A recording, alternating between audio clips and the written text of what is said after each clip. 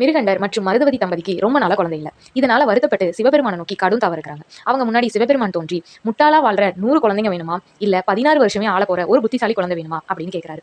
உடனே மிருகண்டர் எனக்கு புத்திசாலி குழந்தை வேணும் அப்படின்னு சொல்லிடுறாரு. அதுக்கப்புறம் அவங்களுக்கு ஒரு மகன் பிறக்கிறான். அந்த மகனுக்கு மார்க்கண்டேயன் அப்படின்னு பேர் வைக்கிறாங்க. அவன் வளரும் போதே சிவபக்தனாகவும் புத்திசாலியாகவும் வேத சாஸ்திரங்கள் கற்று தெரிந்தவனாகவும் வளரான். அவன் தன்னோட 16 வயசு அடைஞ்சிட்டான். மிருகண்டருக்கும் மருதவதிக்கும் ரொம்ப வருத்தம். எப்பவும் அழுதுகிட்டே இருக்காங்க. இதெல்லாம் பார்த்துக்கிட்டு இருந்த மார்க்கண்டேயன் என்ன நடந்தது அப்படின்னு அவங்க அப்பா மிருகண்டர் கேட்கிறான். மிருகண்டர் நடந்த உண்மை எல்லாத்தையும் மார்க்கண்டேயன் கிட்ட சொல்றாரு.